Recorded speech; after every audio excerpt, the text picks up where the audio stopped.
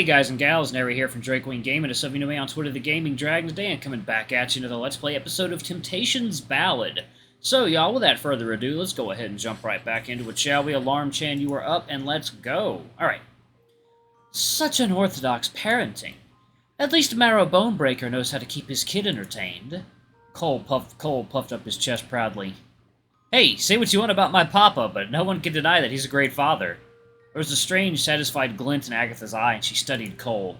A soft smile spread across her face. Yes, that is a fact I am relieved to learn. It's nice to know that there are still good parents in this hectic world these days. Artemi perked up with interest. Do you have children yourself, Mrs. Agatha? The bat immediately stiffened. She wore a pained expression as she glanced towards one of the tall viewing towers. Her voice cracked as she spoke loudly. Look, the opening ceremony is about to start. I hear the Royal Prince is going to make his first public appearance today. I wonder what kind of speech he'll make. Oh, and she slips away. Agatha scooted towards the back of the viewing booth, clearly attempting to avoid conversation. The three of them watched her retreat awkwardly. Cole elbowed Artemi with a hiss. Dude, don't just ask people if they have kids. What? I was just curious. Okay, but that kind of question only ends three ways. First, in best-case scenario, they just give you a simple no. Second, they're like Mrs. Shrikewood, and you have to listen to them ramble about their kid for hours and hours. And no offense, Sid. Sid shrugged. No, you're right. It's kind of embarrassing. Last and worst case, they tell you they had or couldn't have kids. Either way, it's none of our business. Artemi gasped a little too loudly.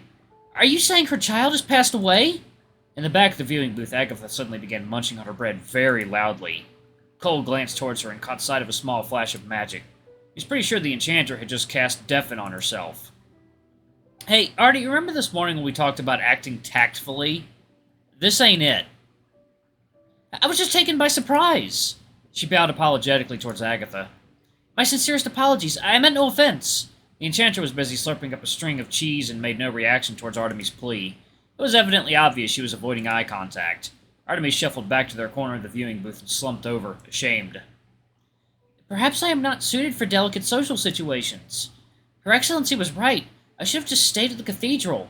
Sid smiled sympathetically and patted her head. Hey, it's not only your third day out of the church district. It's only your third day out of the church district. There's no shame in stumbling a bit. Well, what's done is done. Let's just sit through this and wait for the opening ceremony to start. A loud announcer's voice suddenly blared from one of the viewing towers. Hello, ladies and gentlemen. We are sorry to say that the opening ceremony will be briefly delayed. Some hooligans have been urinating on all the public safety crystals and setting off the alarms. The festival will continue as planned as soon as we figure out how to turn off all the screaming sirens in the streets. If Arcanist Agatha Stoker is present, please come forward as your assistance is requested. The three of them awkwardly glanced back at Agatha. The bat was happily slurping down mozzarella sticks and clearly didn't hear a word through her deafen spell. Shouldn't we let her know? Nah, I'm kind of rooting for the public peeing guy, honestly. What? That's utterly irresponsible! If you care so much, why don't you tell her? Well, I've clearly offended her deeply. I wouldn't want to be the bearer of bad news as well. Sir Sid, would you be willing to... Nope, she clearly doesn't want to talk to little old peasants like me. Wow, everyone's so petty today. I like it. Beats hanging out with a bunch of goody two-shoes all the time. Artemi stared at her companions in disbelief. You! You are all insufferable! Artemi's efforts to remain quiet proved more difficult than expected. There was a deafening, awkward silence in the viewing booth as the three of them impatiently waited for the opening ceremony to start while ignoring the uncomfortable Agatha in the other corner. The public safety enchanter clearly did not want to talk to them again for the time being. Things were made worse when a festival speaker announced that the opening ceremony would be further delayed. One second, y'all. Water time.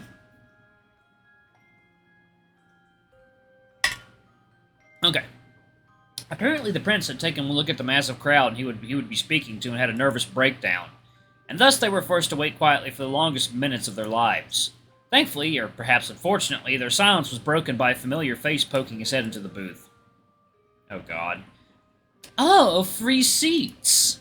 Move aside and make room. You should be honored to share space with a member of nobility. Oh, God. The moment Calder and Cole caught sight of each other, the two instantly scrunched up their faces as though they had caught a whiff of foul odor. Ugh, the Bonebreaker boy. Of course my accursed luck would strand me in a booth with the likes of you. What's the matter, pretty boy? Shouldn't you be in the viewing tower with the rest of the fancy nobles? Cole sneered. Oh wait, not important enough to join the club, eh? Calder spluttered furiously before clumsily composing himself. I shan't even grace you with an answer. You are far too beneath us to even comprehend the complexities of noble society. Sid and Artemi exchanged alarmed looks. Hey, let's stay civil now. I concur. Let us take this chance to start off on a better footing. Who's your new friend, Cole? The older hyena brushed his hair out of his eyes in a dramatic and unintentionally comedic fashion. You commoners should really educate yourselves on the noble families that preside over your puny lives. I am Calder O'Shanassy, sole heir to House O'Shanassy and Arcanist extraordinaire. You may refer to me as Sir O'Shanassy or my lord. Either will do. Artemi's ear twitched at the mention of House O'Shanassy. She glanced at her two companions with a furrowed brow. Is this an opportunity to get chummy with the nobles like you advised? Our ultimate goals for today is to establish noble allies, after all. I don't know, man. This guy's a lot. Cole shrugged. I don't think this guy is our cloaked mage, but he might know some useful people. It's worth a shot. I'll be pretty useless here, though, since I fully pissed him off earlier today. Ah, business as usual for you, then. Artemi grinned teasingly. Cole shot her a bemused scowl. Behind them, Calder cleared his throat loudly. It is very rude to whisper amongst yourselves in the presence of others. Have your families failed to teach you the simplest of manners? Cole glared irritably. Ah, how rude of me. Let me introduce you to my good friend, Sid. My good friend, Sid. And this little unimportant fellow over here is Artemi Johanna Gautier, from the church. Calder's jaw dropped, his eyes widening to the size of dinner plates. Artemi Gautier? The Creator's chosen? The daughter of the Grand Bishop of the Church? Artemi bowed her head shyly. Indeed, it is a pleasure to make your acquaintance, Sir O'Shanassy.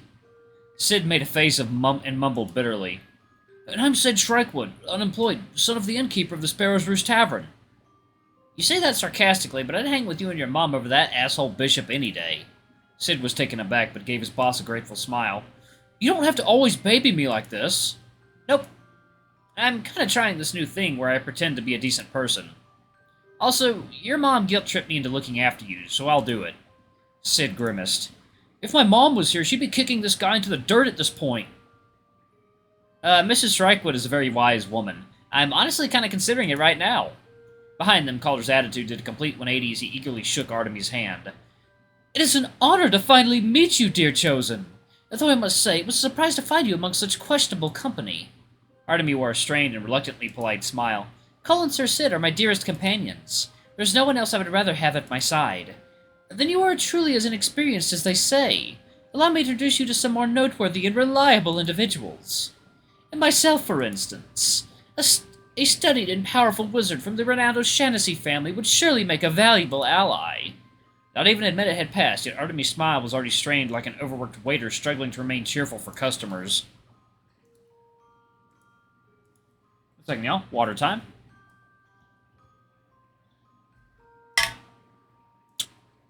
She leaned back from Calder's advances, clearly uncomfortable. Ah, yes. Well, I will be sure to keep you in mind should I find need of you, my lord.